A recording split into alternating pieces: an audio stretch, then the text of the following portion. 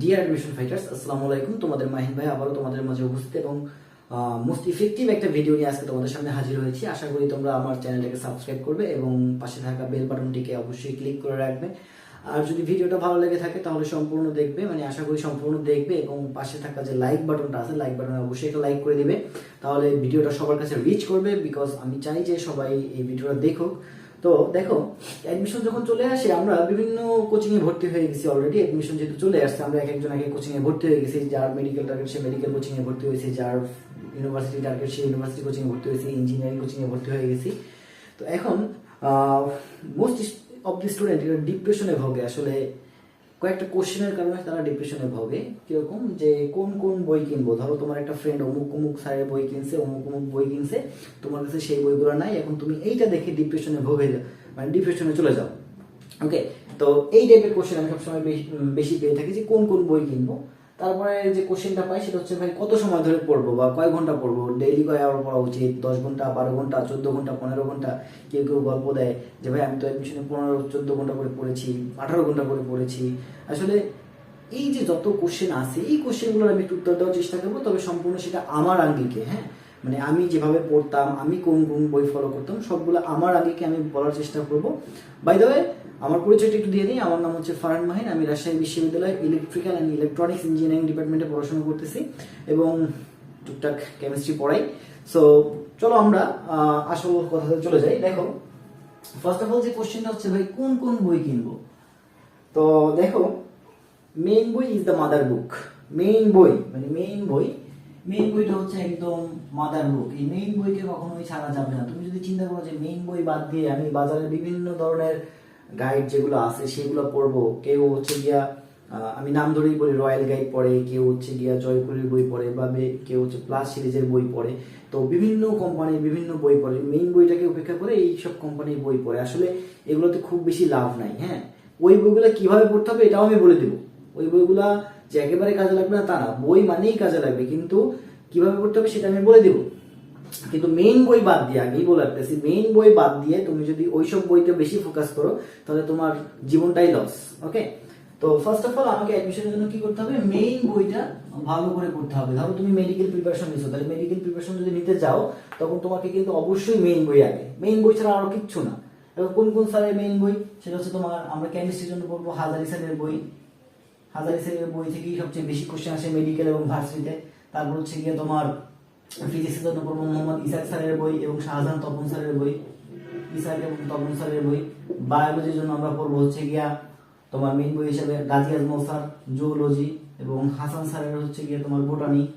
এই যে এইগুলো। ম্যাথ হচ্ছে গিয়ে আমরা অক্ষরপুত্র পড়তে পারি, বা হচ্ছে গিয়ে তোমার রূপন্থী প্রকাশনী বইটা পড়তে পারি। তো এই বইগুলো কিন্তু আমরা পড়তে পারি, এগুলো হচ্ছে মেইন বই। এখন এই মেইন বইয়ের পাশাপাশি আমরা যে গাইড বইগুলো আছে বাজারে, যে গাইড বই, হ্যাঁ, গাইড বইগুলো কিভাবে পড়বো। গাইড বই অবশ্যই দরকার আছে, গাইড বইয়ের অবশ্যই দরকার আছে। কারণ দেখো, মেইন বইতে তো তোমার আর ইউনিভার্সিটি কোশ্চেন দেওয়া নাই, দেওয়া আছে, বা মেডিকেলের কোশ্চেন তো দেওয়া নাই, তাই না? সো তোমাকে গাইড বইগুলো ফলো করতে হবে। এখন কোন কোন মানে গাইড বইগুলো কিভাবে ফলো করবা, দেখো গাইড বইয়ের কনসেপ্ট গুলো ওভাবে পড়তে যাবে না। গাইড বইয়ের কনসেপ্ট গুলো আমার মনে হয় না যে পড়ে খুব লাভ হয়। হ্যাঁ, এটা আমি আমার মানে থিওরি থেকে বলতেছি, বা আমি আমার ক্ষেত্রে পাইছি এরকম যে আমি যদি গাইড বইয়ের যখন কনসেপ্ট গুলো পড়তাম দেখতাম ওগুলো খুব বেশি ইফেক্টিভ না আমার জন্য। কিন্তু গাইড বইয়ের তোমার যে এক্স কোশ্চেন গুলো দেওয়া আছে, এক্স কোশ্চেন অর্থাৎ বিগত সালের কোশ্চেন প্লাস হচ্ছে গিয়ে তোমার প্র্যাকটিস কোশ্চেন, তারপর হচ্ছে গিয়ে তোমার সেলফ টেস্ট, এই যে কোশ্চেন গুলো আছে হিউজ পরিমাণে question, x question, practice question, self test, guide বইতে যে এই ধরনের টপিক গুলো আছে বা এই যে কোশ্চেন গুলো আছে, এই কোশ্চেন গুলো খুব ভালো করে পড়তে হবে। তো আসো আমরা একটা চ্যাপ্টার কিভাবে পড়বো সেটার একটা দেখি, ডেমো দেখি, একটা চ্যাপ্টার কিভাবে পড়বো। ফর এক্সাম্পল, আজকে তুমি কেমিস্ট্রি পড়তেছো, যেহেতু আমি কেমিস্ট্রি পড়াই সেহেতু আমি কেমিস্ট্রি দিয়ে বোঝানোর চেষ্টা করি। ফর এক্সাম্পল, আজকে তুমি কেমিস্ট্রি পড়বা। এখন কেমিস্ট্রি কোন চ্যাপ্টার পড়বা, ধরে নিচ্ছি তুমি মৌলের পর্যায়বৃত্ত ধর্মটা পড়বা। কি বলবো, মৌলের পর্যায়বৃত্ত ধর্ম। এখন এইটাই কিভাবে পড়বা, দেখো ফার্স্ট অফ অল তুমি কি করবা, মেইন বই থেকে যত কনসেপ্ট আছে মেইন বইয়ের, হ্যাঁ, একটা অধ্যায়ের ভিতর তো অনেকগুলো কনসেপ্ট থাকে, যতগুলো কনসেপ্ট আছে সবগুলো কনসেপ্ট ভালো করে ক্লিয়ারলি পড়তে হবে। কিভাবে পড়তে হবে? ক্লিয়ারলি পড়তে হবে। যেমন মনে করো যে একটা কনসেপ্ট পড়লা, আধো আধো পড়া যাবে না, যে এখন পড়লা এখন মনে থাকলো, কিছুক্ষণ পরে মনে থাকলো না, এরকম ভাবে পড়া যাবে না। যতটুকু পড়বা ওইটুকু খুব ভালোভাবে পড়বা, যেন খুব সুন্দর মতো মাথায় থাকে, যেন তোমাকে আর 3-4 মাসে ওই জিনিসটা টাচ না করলেও তুমি ওখান থেকে কোশ্চেন করলে যেন পারো। এভাবে পড়তে হবে। আশা করি বুঝতে পারছো। আচ্ছা, কনসেপ্ট ক্লিয়ার করলাম। এবার দেখো, মনে করো যে একটা কনসেপ্ট পড়তেছো, ফর এক্সাম্পল ফাজার নীতি পড়তেছো। এখন ফাজার নীতি থেকে দেখবা যে বেশ কয়েকটা ইম্পর্টেন্ট কোশ্চেন আছে বা কয়েকটা লাইন আছে যেগুলো তোমার মনে থাকে না, বা মনে রাখার চেষ্টা করো, মনে থাকে না। ফর এক্সাম্পল গলনাঙ্ক স্ফুটনাঙ্ক অনেকগুলোই আছে ওখানে দেওয়া, তো মনে করো যে তোমার সবগুলো গলনাঙ্ক স্ফুটনাঙ্ক মনে থাকে না। গলনাঙ্ক স্ফুটনাঙ্ক যদি মনে না থাকে তখন তুমি কি করবা? ওখান থেকে লিখে লিখে পড়বা, অর্থাৎ লিখতে হবে। এখন লিখলে কিভাবে লিখবা? একটু সুন্দর করে লিখবা। কেন সুন্দর করে লিখবা? কারণ দেখো, তুমি কিন্তু মেইন বইটা পড়ছো, তুমি কিন্তু বারবার মেইন বইয়ে হাত দিবা না। তখন একটা তুমি যখন নোট তৈরি করে ফেলবা পরীক্ষার আগে, কিন্তু তুমি ওই নোটগুলাই দেখবা উল্টায় উল্টায়। সো লিখবে, একটু সুন্দর করে লিখবা, আই মিন নোট আকারে। এখন বলতে পারো যে ভাই এখন কি সেই নোট তৈরি করার সময় আছে? হাতে তো সময় কম।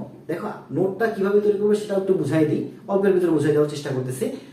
মেইন যে ওয়ার্ড গুলো আছে, মেইন লাইনগুলো, সেগুলো নিয়েই তুমি নোট তৈরি করবে। তোমার তো এক্সট্রা অনেক কিছু আলতু ফালতু জিনিস দিয়ে লেখা বড় বড় নোট তৈরি করার দরকার নাই। তোমাকে ছোট ছোট নোট তৈরি করতে হবে, প্রত্যেকটা অধ্যায় ভিত্তিক। তাহলে হবে কি, যেগুলো মেইন লাইন আছে ওগুলো যদি তোমার নোটে থাকে, পরীক্ষার আগে কিন্তু তুমি জাস্ট উল্টায় গেলে তোমার সব কিছু কিন্তু মাথায় চলে আসবে। হ্যাঁ, ধরো একটা জিনিস তোমার পেটে আসতেছে, মুখে আসতেছে না, তখন তোমাকে যদি বলে দেওয়া হয় এই জিনিসটা প্রথম অক্ষর এটা, বা মনে করো তোমার অ্যান্সার হচ্ছে কলম, আমি বললাম যে অ্যান্সারটা শুরু হচ্ছে ক দিয়ে, তখন কিন্তু তুমি সহজেই বলতে পারবে যে না, অ্যান্সারটা হচ্ছে কলম। এইরকমই জাস্ট ওয়ার্ডগুলো তুমি যখন একবার মাথায় দেখে ফেলবা পরীক্ষার আগে, তখন কিন্তু তোমার পুরো কনসেপ্ট সম্পর্কে আবার একটা ধারণা চলে আসবে। আর একটা জিনিস দেখো, নিজের নোট নিজেই ভালো বুঝতে পারবা, অন্যের নোট যতই সুন্দর হোক না কেন তুমি কিন্তু কখনোই বুঝবা না।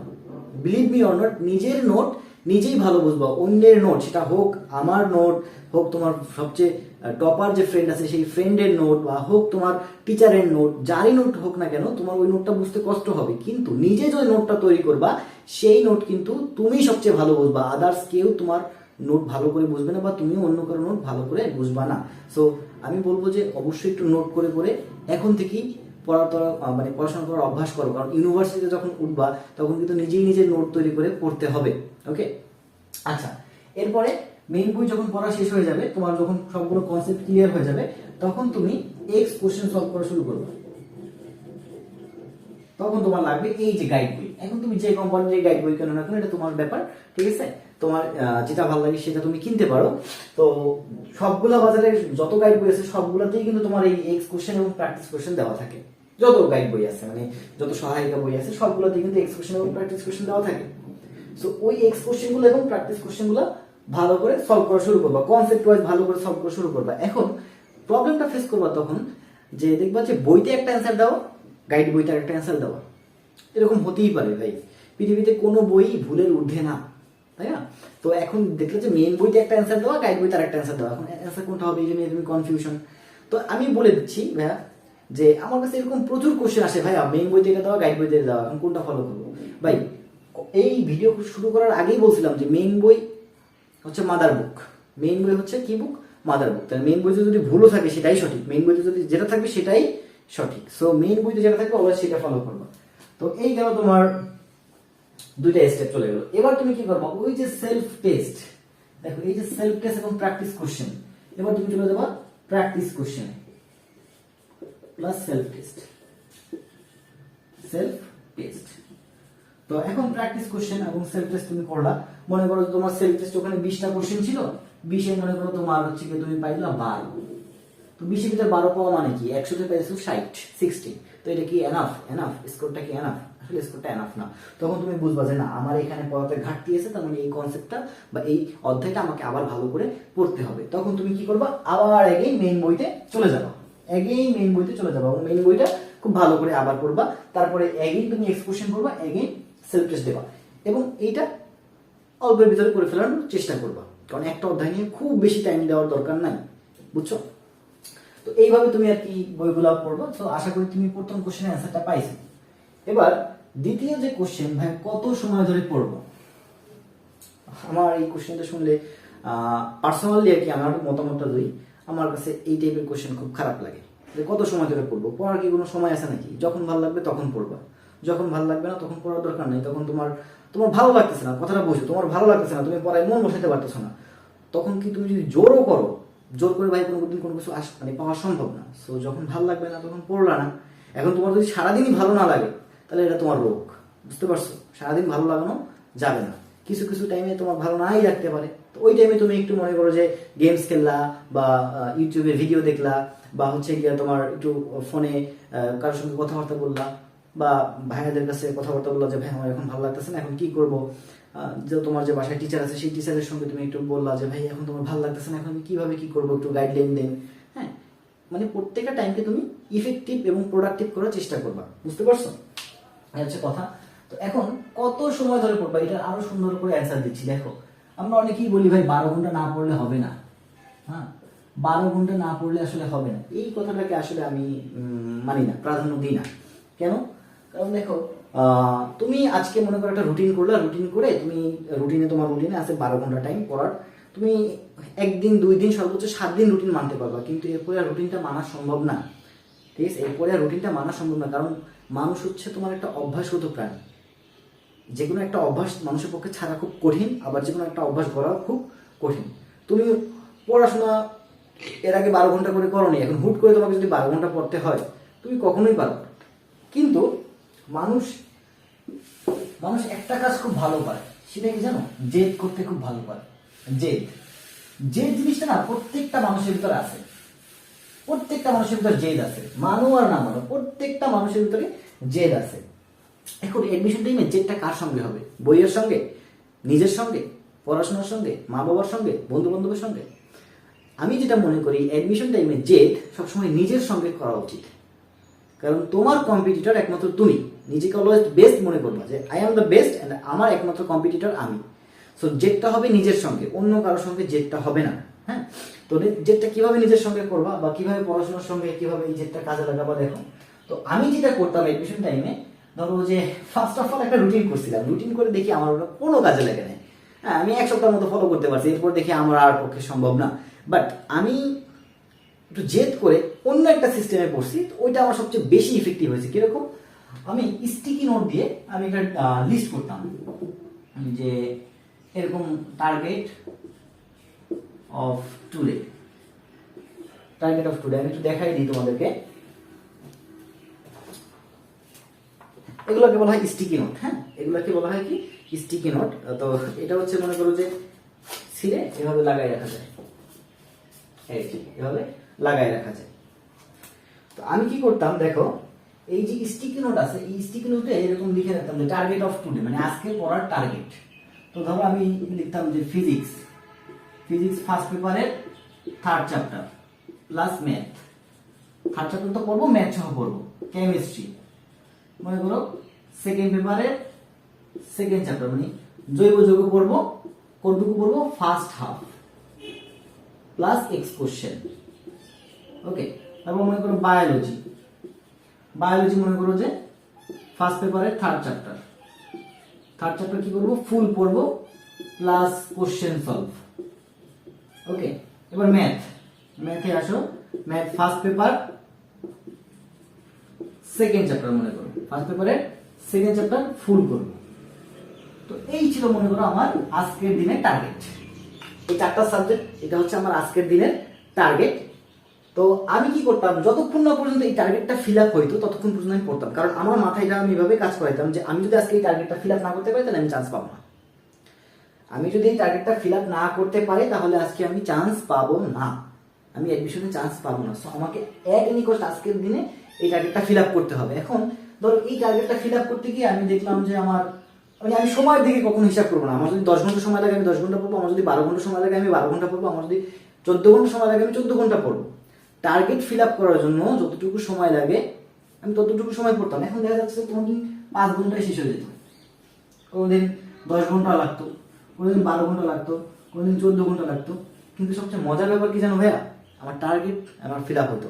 এভাবে আমি প্রত্যেকটা চ্যাপ্টারকে আমি এক একদিন টার্গেট করতাম, মানে প্রত্যেকদিন মনে করো যে 4টা subject, physics chemistry math biology, 4টা সাবজেক্টের 4টা করে চ্যাপ্টার টার্গেট করতাম এবং প্রত্যেকদিন আমি 4টা করে চ্যাপ্টার শেষ করতেছি।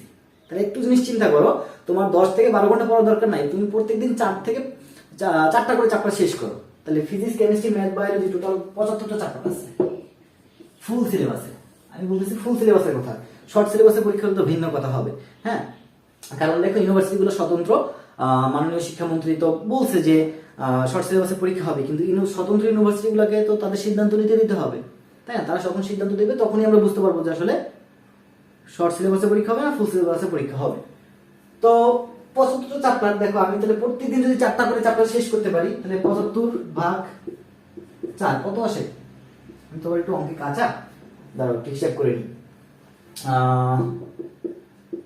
তাহলে আসে তোমার 16 না, সরি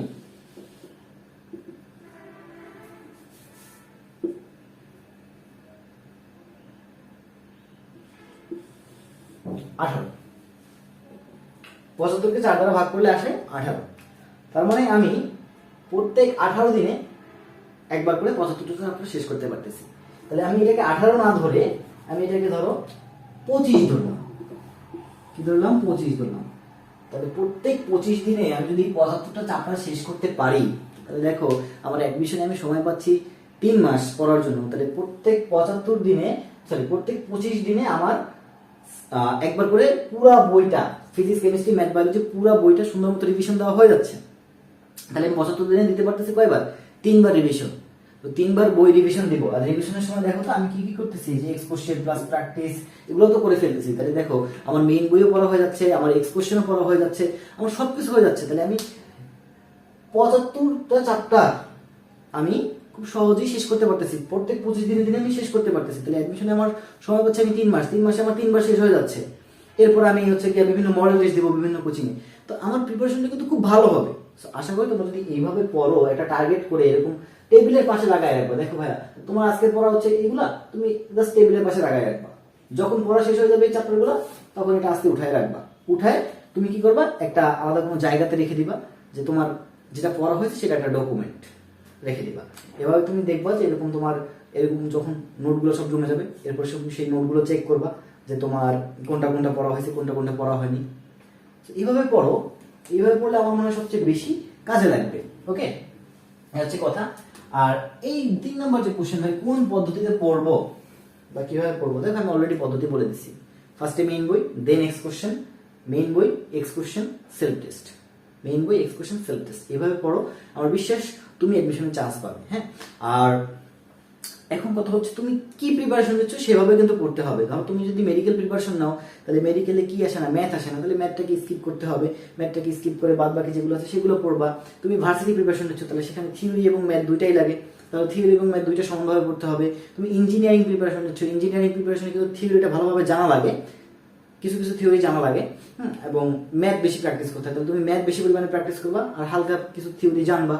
তো এইভাবে তুমি যদি প্রিপারেশন নাও, আমার বিশ্বাস যে তুমি অবশ্যই তোমার কাঙ্ক্ষিত যে জায়গা আছে বা কাঙ্ক্ষিত যে স্বপ্ন আছে সেই স্বপ্নে অবশ্যই পৌঁছাতে পারবা।